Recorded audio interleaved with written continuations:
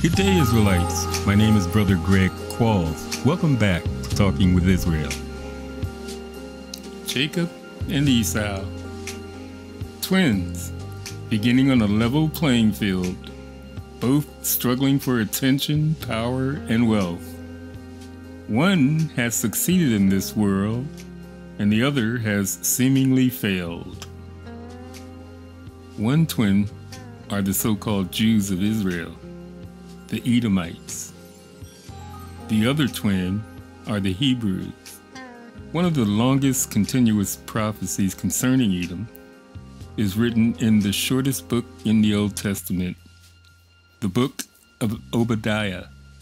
Obadiah lays out the conflict between Jacob, and that's Israel, and Esau, that's Edom, its causes and its resolution, which will occur on the day of the Lord.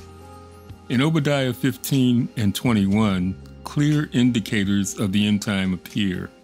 For the day of the Lord upon all the nations is near, as you have done, it shall be done to you. Your reprisal shall return upon your own head. Then saviors shall come to Mount Zion to judge the mountains of Esau, and the kingdom shall be the Lord's. That prophecy will begin to be fulfilled in the years prior to the day of the Lord, and ends as the millennial reign of Jesus Christ commences. But this sibling rivalry had begun to grow even before the babies were born. What Rebecca experienced with these two fetuses engaging in wrestling matches in her womb is probably beyond our comprehension. I mean, having an upset stomach or being somewhat queasy probably won't compare to what she was going through. She was going through an abnormal amount of jostling and grappling the unborn brothers were doing inside of her, and it grabbed her attention. Being a very wise woman, their mother went to inquire of the Lord. And the Lord said to her, 2 nations are in your womb. 2 peoples shall be separated from your body. 1 people shall be stronger than the other, and the older shall serve the younger. That's verses 22 through 23. God puts this in perspective for her. And these 2 little babies were the seeds of 2 great peoples who would become populous and powerful nations that would compete with each other for many generations to come. Notice that in his explanation, God predicted who would ultimately prove dominant: the younger, whom we know as Jacob or Israel. The Apostle Paul comments on this in Romans chapter 9, verses 10 through 13. He says, "And not only this, but when Rebekah also had conceived by one man, even by our father Isaac, for the children not yet being born, nor having done any good or evil, that the purpose of God according to election might stand, not of works, but of him who calls. It was said to her, the older shall serve the younger. As it is written, Jacob I have loved, but Esau I have hated." The apostle uses this situation to illustrate that God's choice, God's election, is based entirely on his grace and his foreknowledge, not on any kind of human merit. Esau's descendants are not without hope of salvation. They must, however, swallow their pride and admit that salvation is of the Jews, through the Messiah, who descends from Judah, son of Jacob. So, when Rebekah's days were fulfilled, she did indeed give birth to twins. And the first one came out red. He was like a hairy garment all over, so they called his name Esau, hairy. Afterward, his brother came out, and his hand took hold of Esau's heel, so his name was called Jacob, meaning heel catcher or supplanter. Isaac was 60 years old when she bore them, and the boys grew. From the outset, these babies were completely opposites. One was red and hairy, and the other was black and smooth. You'll notice that they don't describe Jacob at birth. He was just a normal black Israelite. Esau is not, and that's why he's described. Isaac loved Esau because he ate of his game, but Rebekah loved Jacob. Now, Jacob had cooked the stew, and Esau came in from the field, and he was weary. And Esau said to Jacob, "Please feed me with that same red stew, for I am weary." Therefore his name was called Edom. Esau, remember, means hairy. Edom means red. But Jacob said, "Sell me your birthright as of this day." And Esau said, "Look, I am about to die, so what is this birthright to me?" Then Jacob said, "Swear to me as of this day." So he swore to him and sold his birthright to Jacob. And Jacob gave Esau bread and stew of lentils and went his way. Thus Esau despised his birthright. Jacob didn't take his birthright. Esau wanted food more than he wanted his birthright. Now Jacob should have fed him. This is my belief. He should have fed him without bribery. But he didn't. And Esau swore to him, his birthright. Are you giving your birthright away? The right to be called brethren of Christ? Are you giving that short shrift? Are you willing to burn for what you want as opposed to what he wants? Esau showed that he had little grasp of the worth of the birthright. In fact, he valued his life far above his inheritance. The Bible's portrait of him suggests that his complete attention fell on whatever was before him at the time, and thus he took no thought of the future, whether of blessings or problems or consequences. I think we ought to pray on that, make sure that we are not focusing just on what is in front of us at the time. We should be thinking eternity.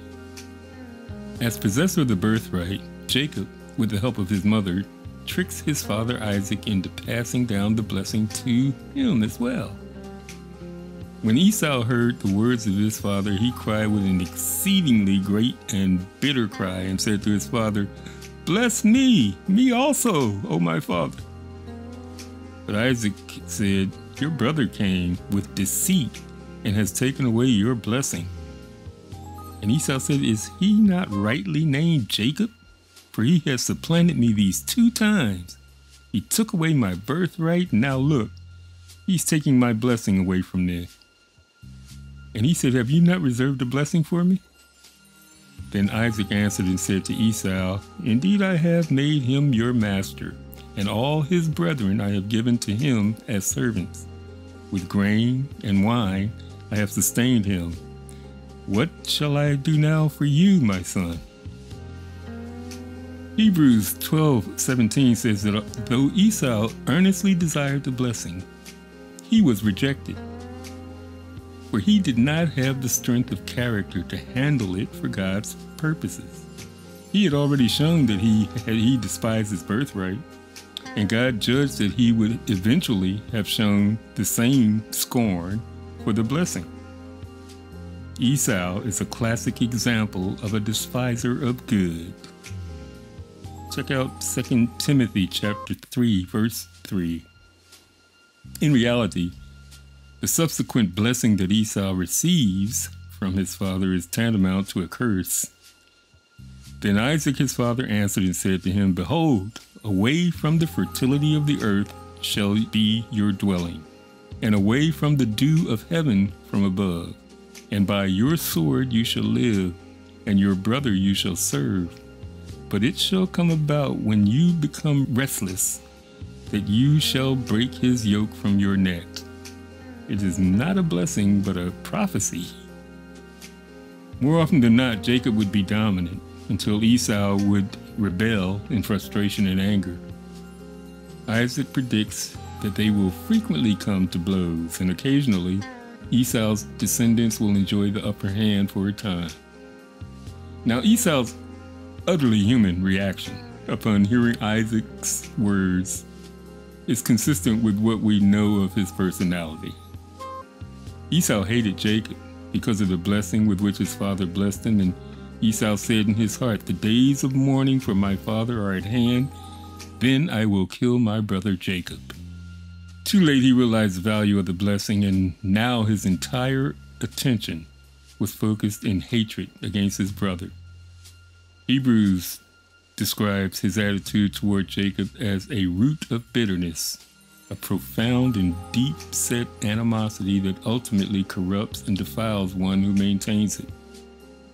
Read the book of Hebrews. In the book of Hebrews, to the Hebrews is his original name. And they're writing to the Jews there to tell them Christ has already come, and now they're drifting toward Christianity. But there are Jews who wanted to remain in Judaism, and that is who he's talking to. A lot of people get a lot of misinformation as to what happened with the law. You don't have to slay any lambs anymore, right? You don't have to put any blood on your door. That's what Jesus did. He took away the sacrificial system. I hope people understand that. Today, Edom hates Jacob. For Jacob's thefts of the birthright and blessing, Esau hated his brother enough to begin to plot his death. And this burning hatred has passed on from generation to generation ever since that time for approximately 3,700 years. This is the basic understanding of the contentious relationship between these two people. Take a look at Psalm 83, verse 5 through 8, and the nations listed there comprise a fairly complete rundown of the ancient enemies of Israel. And Edom, the descendants of Esau, is given primacy of place. All these different peoples, Edom, Ishmael, Amalek, Moab, Ammon, Philistia, Tyre, and Assyria, are among the major players in the Middle East today. The state of Israel is Edomite. The other are peoples from the Arab or Muslim world, Ishmaelites. Today these people inhabit the nations of Lebanon, Syria, Turkey, Iraq, Saudi Arabia, Yemen, United Arab Emirates, Jordan, Egypt, Libya, Sudan, Morocco, Tunisia, and Palestine. The Edomites, the Hittites, the Hivites, and the Ishmaelites, they're all related by blood, marriage, and blood. The physical descendants of ancient Israel, the African-American black people of North America, and the Jewish diaspora are the standard bearers of Western civilization. Those same players are still in the game today. When God repeats himself, he's usually not playing, and that's what he does. Genesis 36. Moses took the effort to include an entire chapter on the Edomites alone. He was careful to include specific details about who was born to whom and who ruled this or that area. In addition, he reminds the reader several times of his subject. In verse 1, this is the genealogy of Esau, who is Edom. Verse 8, Esau is Edom. Verse 19, Esau, who is Edom. In verse 43, Esau was the father of the Edomites. Edomites most likely drank in feasting and gloating over Israel when Babylon and later Rome captured and destroyed Jerusalem. In Revelation chapter 2, verse 9, Jesus says, "I know your tribulation and your poverty, but you are rich, and the blasphemy by those who say they are Jews and are not, but are a synagogue of Satan." And at chapter 3, verse 9, "Behold, I will cause those of the synagogue of Satan who say they are Jews and are not, but lie. Behold, I will make them to come and bow down at your feet and to know that I have loved you." Thanks for listening. May the eternal God make thy path straight, and the Lord be with thee and protect thee from all evil, and grant unto thee grace, mercy, and favor before those who see thee. And may none of the children of men have power over thee to harm thee. God bless you.